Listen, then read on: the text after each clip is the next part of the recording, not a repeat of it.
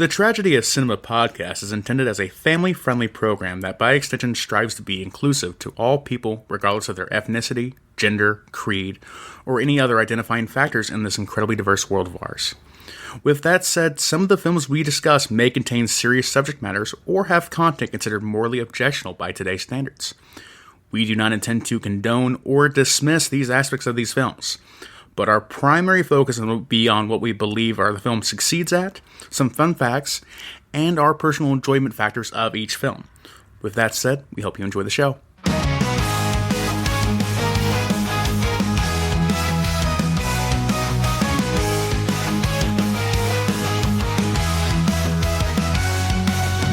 Oh, the neon light, Jimbo and take flight. 80s dreams on its delight. In the realm of black and white, movies and TV flow through the stories we all know. Silver screen tales unfold in the magic they bestow. The tragedy of cinema, when memories shimmer. Join us as we toast to the tales we love the most.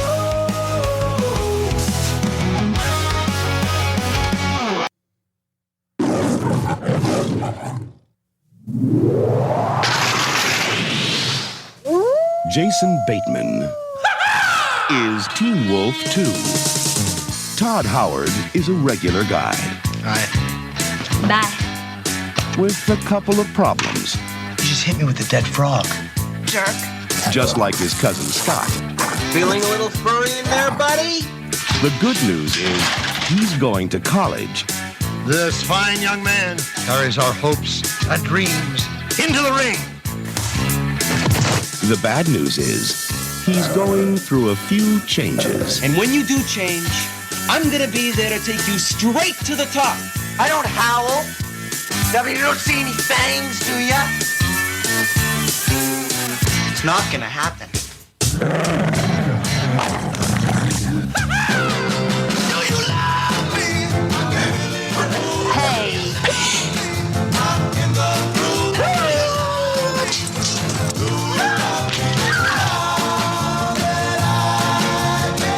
Sometimes the answer to all your problems is staring you right in the face. Teen Wolf 2. Strange boy.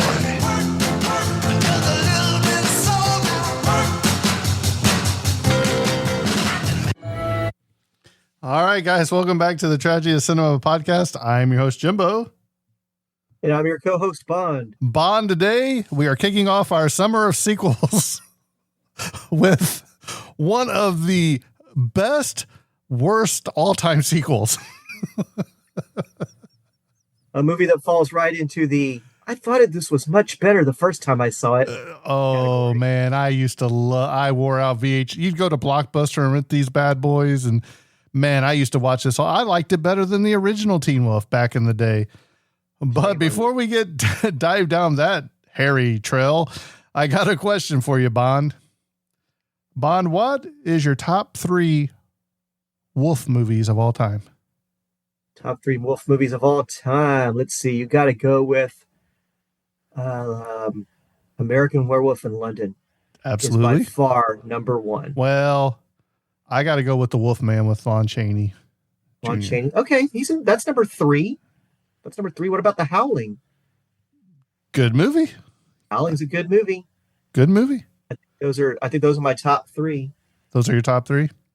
So, what about you? Well, you know, there's been a lot of wolf movies. Dog Soldiers comes to mind. What was that? What's it called? The Monster Squad. Wolfman's got nards, right? No, I kid. It's got to be. You got to put the original Wolfman up there. You just have to. I mean, that whole Universal stretch with all those movies was just fantastic. Teen Wolf's really good too. The first one, it was different. This one was different too, but not in a good way. I'm sure ADZ will chime in at some point and be like, "Oh, I hated that movie." So. But yeah, and to me, Bond, am I crazy here thinking this, but The makeup on this Teen Wolf wasn't as good as the makeup in the first one. Would you agree or disagree? I would agree. You could tell it's makeup. Stop showing a close up of his nose. It's Right. not good. Right. But I mean, I did like, there was some cool practical effects with like the bubbles on his head and stuff. Those were pretty cool. Right. You remember His when nails were pretty cool. His nails were cool too.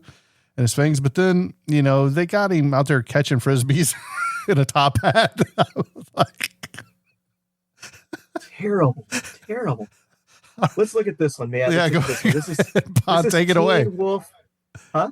Take it away. Oh, this is Teen Wolf 2. T-O. Oh. As in So right there. Teen Wolf also. Teen Wolf also. Teen Wolf 2, 1987. It's a fantasy comedy film directed by Christopher Leet, right? From a script written by Timothy Kring. It is the sequel to Teen Wolf, 1985. This is 87, second installment overall for the Teen Wolf franchise, featuring his film debut, Jason Bateman, as Michael J. Fox's cousin. This movie is written by Jeff Joseph Loeb III. You know Jeff Loeb because he was a writer for the TV show Lost. Love Lost. That's one of my all-time favorite TV shows. Smallville. Superman's my favorite. And also the movie Commando. Wow. Old Arnold. So what happened, Jeff? You know what I'm saying? Okay, so all those stuff you got to remember though. Lost and all that was way later than 1987. Okay, that's like early 2000s. True, but he had time to grow. Jeff Loeb. When I saw this name, I was like, I've heard of this. I've seen this before. He is a legendary comic book writer.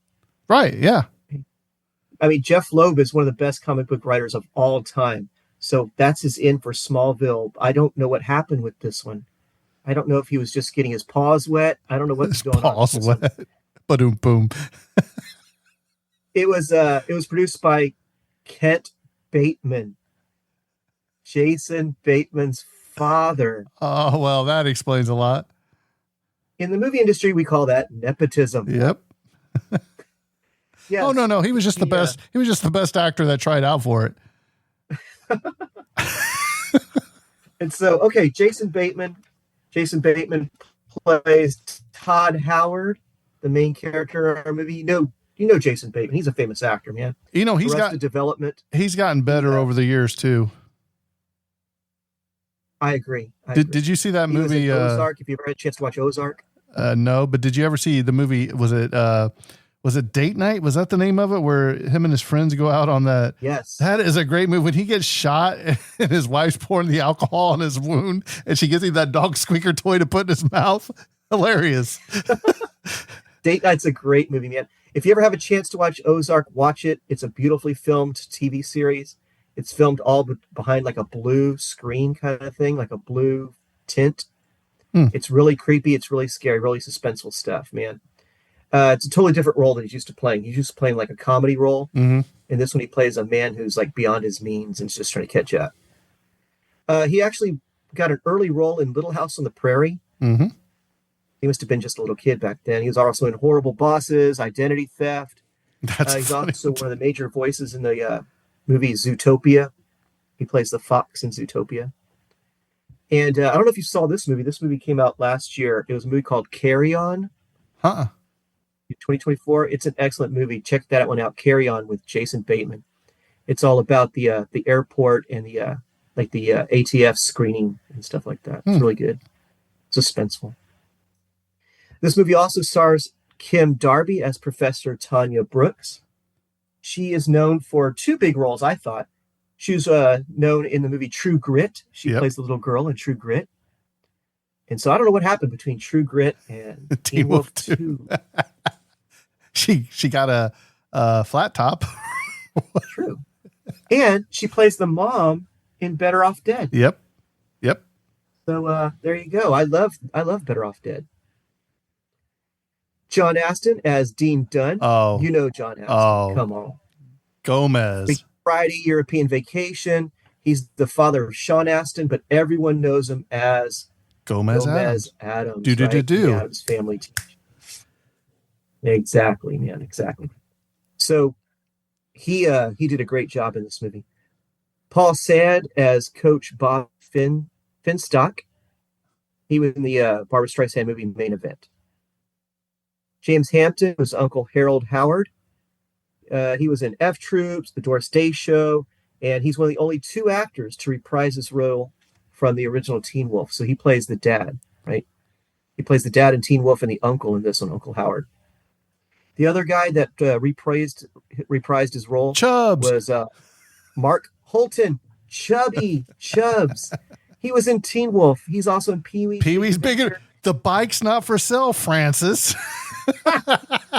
He is so awkward in that movie. I love it so much, especially when he's taking the bath in the big old indoor swimming pool, and Pee-wee comes in. He's exactly. like, that is so awkward, but I love it. He's also in the movie Leprechaun. Yeah, and he was also in A League of Their Own. Great movie. You know this guy. Little movies. We also have S.D. Chandler as Nicky, Stuart Fratkin as Rupert Stiles. He was in a lot of 80s comedies, Ski School. He was on TV, a lot of one-shots, Facts of Life, Golden Girls, all those kind of things. He's not the same Stiles from the first movie. I know, man. What happened? What happened? Why would they even bother having Stiles in this movie if it's not the same Stiles? Maybe it's Stiles' cousin. Yeah, Miles. I don't know what. Miles. Robert Neary as Steve Gustafson. He's the bully, right? He's the big bully. Beth Ann Miller as Lisa Goldfuss. Rachel Sharp as Emily. William as Pug, and there's a few others, but those are the main ones. Main one's really Jason Bateman in this one. This was Jason Bateman's first movie ever, mm-hmm. and it shows. Yep. I don't think he did bad. I think it's the makeup that made it bad. I think it's the makeup and the story, but we'll get into that. Hey, this movie debuted November 20th, 1987. It's 94 minutes long, made here in the US of A. Music by Mark Goldenberg, distributed by Atlantic Releasing Corporation. This movie had a budget of $4 million in 1987, which translates to $11 million today. I wonder what they spent that on. It wasn't makeup effects, I can tell you that much right now. It was probably just the music rights to get some of those songs. Probably. It did make a profit, sir. The box office, $7.9 million, which in today's movie would be $22 million. So I don't know about promotions, but it doubled its money. Yeah, but I was going to say they didn't have Facebook and all that back then. Remember, Bond? It was word of mouth or newspaper reviews. You didn't have, oh, this movie's terrible, don't go see it. He was like, oh, Teen Wolf 2? I'm in. I like the first one. And then people must not have told their friends how bad it was. Exactly. So here's what Teen Wolf 2 is all about, man. Todd Howard, the cousin of Scott Howard, Michael J. Fox's character in the first movie, has recently been accepted into Hamilton University on a full athletic scholarship. As a freshman, right? On the recommendation of Coach Bobby Flinstock, who was Scott's basketball coach at Beacontown High.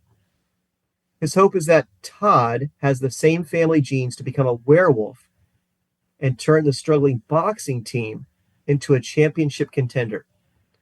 So right there, if I'm in the executive boardroom and that's the plot they're pitching, I'm already out. I don't get it. I'm already lost. Jimbo, I'm already lost. Here's a college whose future depends on a freshman boxing team. Right, and who majors in girls cheerleading or whatever it said, remember, on his... Exactly. I don't get it.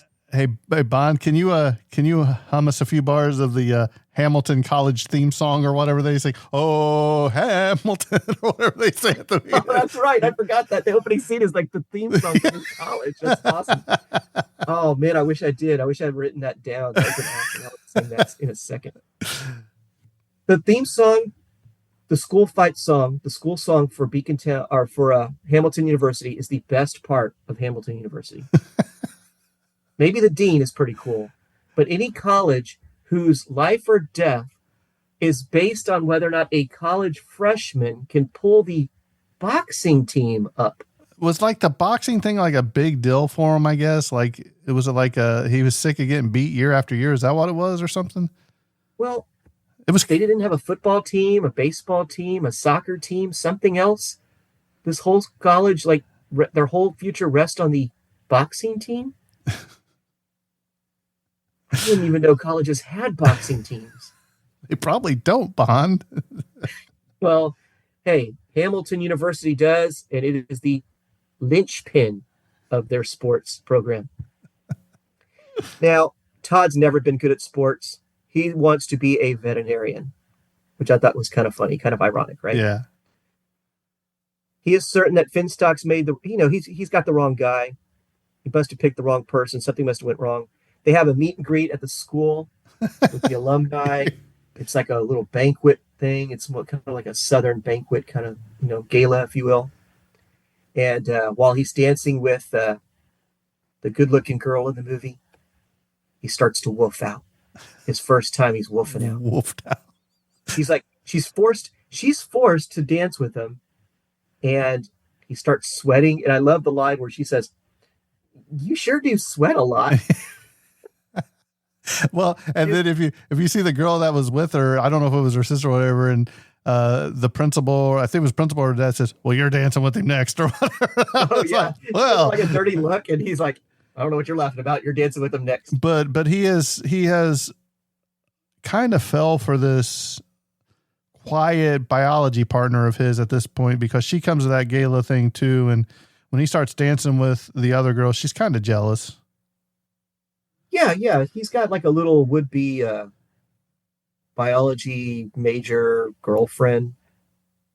That's probably Kim Darby. No, Kim Darby's a professor. Sorry about that. But yeah, he's got this little girlfriend. He starts to wolf out. They do, I guess, a semi-decent job of showing him turning into a wolf. His nails get long. It was pretty good. His nails get longer and sharper. And then he looks in the tuba. Yeah, the tuba. That was a good special effect, I thought. It was. Showing it like the reflection of his transformation in the and then he turned around and you're like, oh, never mind. Yeah, they should have just kept it like that and just had him like run out real quick, all hairy. Yeah. So something that bothers me about this movie, and it bothered me about the first Teen Wolf. Why does no one run out screaming? Why is no one shocked to see somebody turn into a werewolf? Everybody's fine with it. Yeah. Maybe they've heard the stories, because then the stories have been going around, because if you remember in the scene of the coach's office, he does have a picture of Michael J. Fox when he was in the basketball program in his wolf outfit on the wall. And nobody's how does that not make national news? I don't know. How does it not? Werewolves exist and play basketball. Werewolves exist and they are now playing, now the boxers. And how come you don't have any hunters coming to get him, like in Harry and the Henderson, where they're going to try to shoot and kill him and be like, haha, we got it. We can dissect him now. Study them? Nothing. Yep. I don't get it. Hey, he's there to win the boxing match. He wolfs out at the dance. Wolfs out. Right? He hates it. He does not want to be a wolf. He's horrified by his family's affliction. His fellow students begin harassing him until his first boxing match. He's on the boxing team. Somehow, Chubbs is on the boxing team too. I love him. This guy Chubbs is very athletic. He's on the basketball team in the first movie. He's on the boxing team in the second movie. But the first movie he was only in high school. This is college. He's grown up. So he's made the college team. That's what you're saying. Yeah. That he's made the cut. He's officially on the college team, the boxing team. But Chubbs is on the team too. Michael J. Fox's character, he gets into the ring. Todd gets into the ring, and he's knocked out. Almost. That's not Michael J. Fox there, buddy. That's Jason Bateman. Oh, Jason Bateman. Thanks, man. Jason Bateman. He gets in the ring, and he's almost knocked out. He gets knocked down to the floor. They're counting him down, and he turns into the wolf. His eyes turn red. He turns into wolf. This time, for some reason, if you turn into a wolf, you're really good at boxing. He jumps like way up in the air. Yeah, you're really good at boxing. And so he comes from behind. He's able to knock the other guy out. He wins. And then everybody in the college is great with him being a wolf now. They're like, that's great. I'm glad that he's a wolf and he can box. But the Dean's excited because he got exactly what he wanted to. But see, Styles, that's the reason Styles came to the college, because he was getting all that money from the high schoolers. And he's like, hey, I can be roommates with this guy. And if he's got the same issue, if you will, of turning into a wolf, I can capitalize this, sell t-shirts, sell merchandise, which he does. But I do think if we go back to towards the beginning of the movie, where Styles has basically signed him up for all these classes like women's cheerleading and culinary, whatever. There's a list of them. And he goes to get it changed, and the three people in front of him's like, the lady's like, nobody gets their schedule changed. Yeah. And the next guy comes up there, she's like, what do you want? And he's like, he just walks away, and he gets up there. He's like, look, I need to get this changed. And she just looks at him, and then he gets that eye glow, and his voice is kind of deeper, and she changes it for him. I think they did a really good job with that too, with his eyes at certain times. I thought that was really well done too. Yeah. The admission lady, she gets the evil eye, and she changes it right away. She's a jerk though. She doesn't let anybody change classes. Everybody in line's. And he goes, oh, that wasn't that hard. I know. But it's the same scene from the first movie. Yep. In the first movie, Michael J. Fox goes to buy beer. Give me a keg of beer. Yeah, give me a keg of beer. Right? His eyes turn red. In this one, it's like, I need to change my classes. And, okay. It's the same exact scene. Yep. He's a wolf now. He's a wolf. And everybody knows chicks dig hairy guys. Because let me beat him off with a stick there, Bond, because I look like Sasquatch when I take my shirt off. I don't seem to have a problem with that. He's a hit with the ladies all of a sudden. All of a sudden, all the ladies love him. The scene where he sings the song, he comes out at the party. Do you love me? This red disco shirt. Oh, yeah. And he sings, yeah, do you love me? The part I always loved when I was a kid is when he slides down the lanterns, all the way down to the bottom of that. Yeah. Which reminded me of Karate Kid 2 when he's over in Okinawa and he slides down, the bad guys slide down and they fight on that little thing. That's what that reminded me of. But I always loved this scene when I was a kid. Little 10-year-old me loved this movie. I ain't gonna lie. Well, little 10-year-old you must have loved that singing scene, because that scene killed me. I was like, okay, I'll buy that you're a wolf. I'll buy that you're on the boxing team. But a wolf could come out and start singing, do you love me? And did you notice all the girls in the background had the same choreography? Yeah. They knew the moves. So this is something they practiced before the party, because they were all dancing and they all had the same moves. And I'm like, wait a minute. How do they know what to do in the background? Oh, man. Well, Jason Bateman becomes a jerk. Yes. And he stops going to classes. He stops going to classes. He starts ignoring his biology partner, picnic girlfriend. Right. Mm-hmm. He starts to ignore his girlfriend. He starts to ignore his classes. He becomes a jerk, and he's become Mr. Popularity. Remember when Styles throws the frisbee and he goes running out there and catches it in his mouth and brings it back. He's signing autographs. Styles has got the shirts, selling the shirts and all that now too. So they're excited. They've got a chance at the boxing championship. True. But remember the scene where he goes to play miniature golf? Oh yeah. And he starts to rub people the wrong way, because now it's like he's showing off now. Yeah. And everybody's like, we just want to play and have fun. We just want to play some miniature golf. And he's like, let me show you how this is done.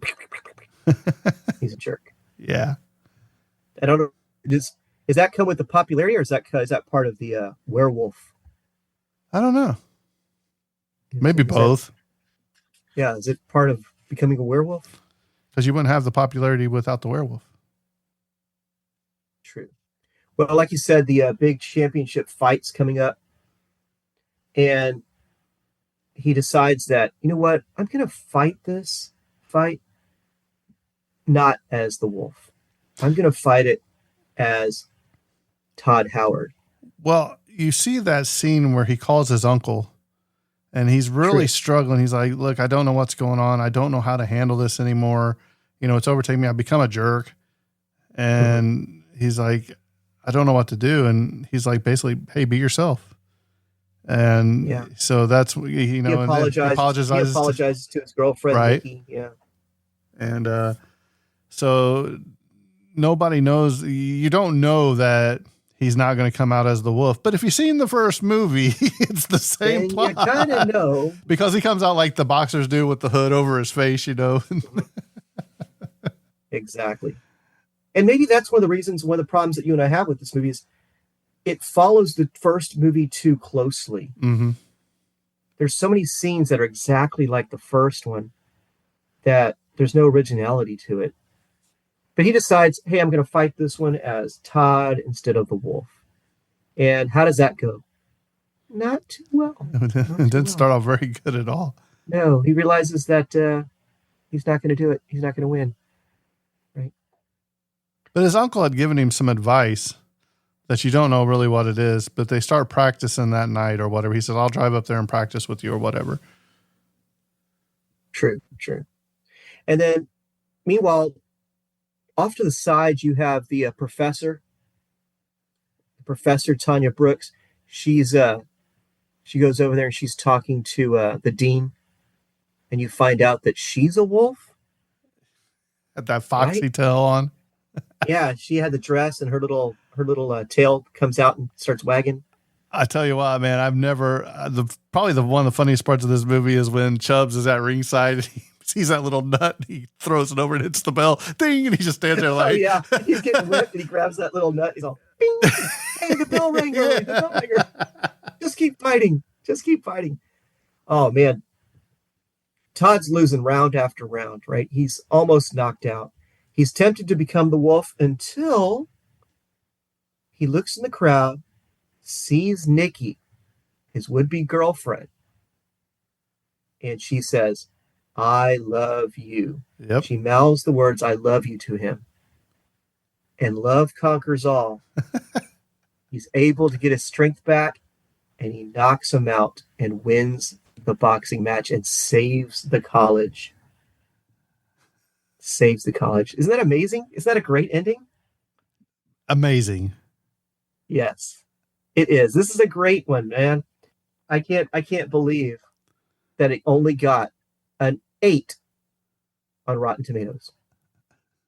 An 8? An 8. What was the audience score on Rotten Tomatoes, though? Let's see if I can find that one. It can't be much better anyway, but we'll go ahead and talk around some trivia. Okay. I really love Chubbs in this movie, man. He's funny, especially when he goes for his first boxing match. He's hugging the guy, picking him up and slamming him and stuff. But there's not a lot of information, like I said. But one of the reasons Michael J. Fox's refusal to reprise his role in this was that he had no desire to go through the process of getting into the makeup to play the werewolf again. It was just too much for him. And I can't blame him. It did look different. Like, I don't know, like the hair on his arms and everything, you know, I mean, maybe because he played basketball and he had more skin showing, maybe that's why it looked better. But other than that, but I wonder if it would have been any different with Michael J. Fox instead of Jason Bateman. You think it would have made more money? I think it would have been better. I don't think the plot would have been better. I don't think the movie itself would have been better, but I think. But Michael J. Fox could have been like, I'm not doing that. We're going to do something else, you know? Yeah. But when Todd is looking through styles of stuff, he finds a Teen Wolf 1985 t-shirt from the first film, which is pretty cool. That's cool. All right, Bond, here you go. We wish they would have made this because I'm about ready to tell you something that's going to blow your mind. Alyssa Milano, you know who that is? Yes, I do. From Who's the Boss? And From Who's the Boss, yeah. She was scheduled to do a third film about a teen wolf girl playing football in high school. Yes. I'm in. She was to receive help from her father, Scott, and Uncle Todd, but the poor performance from this film canceled those plans. Ain't that a shame? We could have had Alyssa Milano, teen girl wolf. Oh, man. Teen Wolf 3. Teen wolf girl playing football. and you bring back Michael J. Fox and Jason Bateman. You bring them both back, and Chubbs better be on the football team too. Yeah, you can have Styles. Hey, I'd have Chubbs as the coach. We could still do it. I think it'd still be great. You know what? You can have Chubbs as that movie. You can have Chubbs as kids and Styles as kids be on the football team and selling concessions and all that too. Exactly. You have Styles as kids are selling concessions. Chubbs as kids are on the football team. I'd go as far as to say Teen Wolf 3 would have saved Teen Wolf 2. If you could have tied it all together, absolutely. And if you could have got Michael J. Fox to come back. It's a trilogy. Okay. And you wouldn't even had to have Michael J. Fox in full wolf costume. You could have just had him with his eyes glowing or something, or even like they did in this with the tail. But you could have just maybe did his face once, like the uncle did in this one when he was driving. I would just had him get mad at the coach once. His eyes go red. Yep. Bam, there you go. But I think it would have been good, man. I think it would have been Alyssa Milano. What might have been. There. Price of admission alone. That was worth us doing this whole episode over finding that fact. He talked about the two people that reprised their roles. All right. When Coach Finstock looks at Todd's registration card at the beginning of the film, his information and course schedule can be seen, and it is as follows. Name is Todd Howard. He was born November 23rd, 1969. I wonder if that was a Black Friday. No. His ID number was 546-22-1039. The dorm was Rembrandt Hall. And here you go. Here's the courses that Styles had signed him up for. Are you ready? Okay. One of them was French cuisine. Well, there's girls volleyball, candle making, French, French/chefs, BG, and fencing. Those are good classes.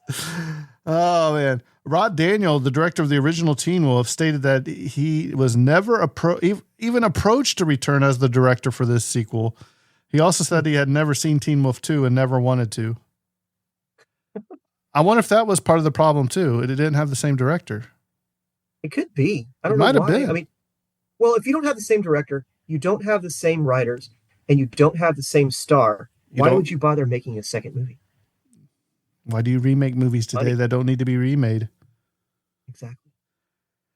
And here you go. This picture was released during an early mid-1980s cycle of werewolf movies. Tell me if you've seen these movies there, Bond. These include Wolfen from 1981. I'm going to have to say no. It sounds familiar, but I'd be lying if I said yes. The Howling, 1981. Of course. Teen Wolf from 1985. Of course. Howling 2, Your Sister is a Werewolf. I think I have seen that one. Full Moon High in 1981. No. Of course, Teen Wolf 2 in 87. The Company of Wolves in 1984. Ooh, I wonder if that's the Little Red Riding Hood one. There's one that's like a spin-off Little Red Riding Hood. Howling 3 in 1987. I think I might have given up on Howling by then. And An American Werewolf in London in 1981. Which was the best werewolf movie ever made. And John so, Landis, brother. Bond, that's all the trivia I had. Like I said, there wasn't a lot. Okay, so here's something I found just now. I'm looking at the movie poster for Teen Wolf 2. Freshmen have always had trouble adjusting to college life, but never like this. Justin Bateman, Todd Howard, is leaning on a stack of books, college books. Do you see what they say? You see the titles? Yeah. They say veterinary medicine, state leash laws, hair care for men are just some of the book titles that I see on this stack. What's that second book? What's that? Yeah. On the Prowl. So all the books right there are like secretly like just werewolf and animal related books, which I thought was pretty cool. I dare say that the fur on his hands there look better there than they do in the movie. I don't know why they didn't use the movie poster guy as the makeup artist. Yep. So overall rating and review, what do you think, man? All right, man. If I'm looking at it, man, this is the first time I've seen this, man. It's been 20 plus 30 years probably. Yeah. I loved it when I was a kid. I know I did. And you go back and you look at it with fresh eyes and everything you've seen now, and it was a hard watch. It really was. And I hate to say that. I think Chubbs was probably the best part of the movie. Him and Uncle Howard did a good job again. We didn't even talk about, did you just slap me with a dead frog?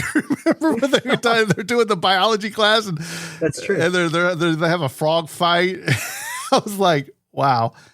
Yeah, man. So the special effects, there were some good special effects. Other times it was like his finished product just looked bad. I'm going to have to give it probably a 4.5 stars out of 10. You're such a generous man. Just from nostalgia. That's part of 10-year-old me hanging on. Okay, I agree with you that when I was a kid, this movie was great. When I was a kid, I loved this movie. I, like you said, went to Blockbuster, rented this sucker, was upset when it was all rented. Oh, couldn't yeah. get it because they were all gone by the time I got there Friday night. Absolutely. So nostalgia-wise, it's a great movie. Today, it's hard to watch. It's really, really bad. The singing is bad. Oh, come on. After another is Hamilton bad. was the best part of the movie. The bad, exactly. The whole plot of the movie, you have to use boxing to save your college, and no one's ever upset or worried that there's this wolf running around. No, it doesn't faze anybody. The fact that teenage girls are attracted to guys who can turn into a werewolf is creepy and weird. It's not good. It's not good at all. Well, I was going to say, well, maybe he wasn't a teen, but if he was a freshman, he was probably still a teenager. I was 18, 19, right? Yeah. Okay, so one thing you just mentioned was the fact that American Werewolf in London was made in 1981. Mm-hmm. The special effects in that movie are some of the best werewolf special effects of all time. Yep.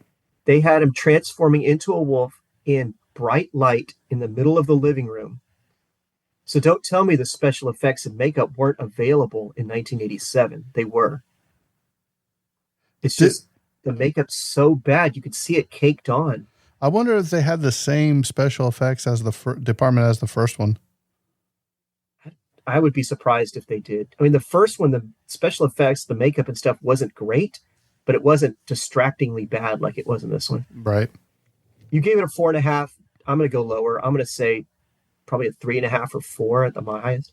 I can't say this is an average 5 movie. This is way below average. Yeah. That being said, if you haven't seen it, check it out. Let us know if you have not seen this movie. Let us know, man. Or if you haven't watched it in 30-something years like I have. Yes. I agree 100%. If you remember this movie as a kid, go back and watch it now. Right. That is your homework. But see, now I'm going to say this, and the Masters of the Universe movie. I love that movie. I can watch that movie now, and I still get a kick out of it because that's my childhood. And Dolph Lundgren as He-Man. I'm excited about the new one coming out. But I can watch that and enjoy it for what it is. This is different. It's just different. But I'm glad I watched it again because it's been so long and just going down memory lane. It was well worth another watch. And 80s comedies are always the best. They're I the always best. love 80s comedies, man. That's my childhood. And don't get me wrong, I will take this movie over some of that junk they put out these days anyway. I agree. So it can't be that bad, Bond. All right, then I raise it up to nope, still 3.5. Oh, you're going to 5.5. What? Well, thanks for joining us for our first summer of sequels. Our next summer of sequels is by far and away a way better movie than this one. Bond, would you like to tell the people what the next summer of sequel movie is going to be? Turn the lights down. Put your headphones on. Light a candle. Our next summer sequels review will be Friday the 13th, Part 3 in 3D. Jason gets his mask. Well, thanks for listening. We hope you had a good time. Let us know what you think of this movie. We're on Facebook. We'll post something on there and see if you guys agree or disagree. But with that being said, I think this episode's coming to a close, and that's a wrap. And cut.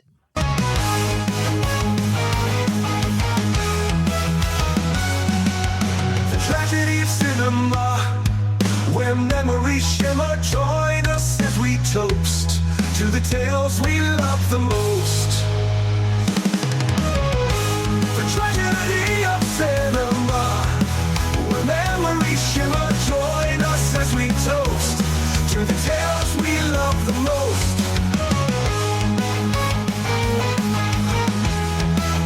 Those we love the most.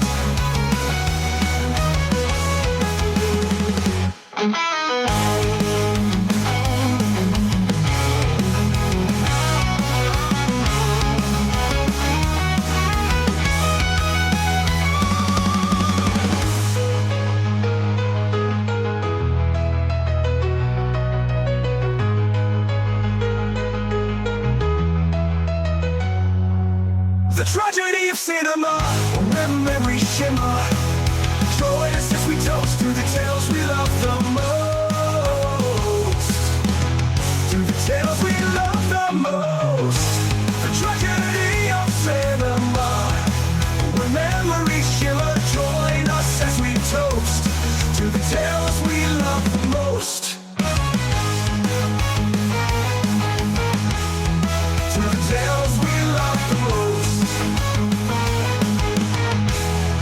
To the tales we love the most. All right, if you've made it this far, here's an Easter egg. Pretty soon, the triumphant return of Art Toast and the I Can't Believe That Was a Movie series coming soon.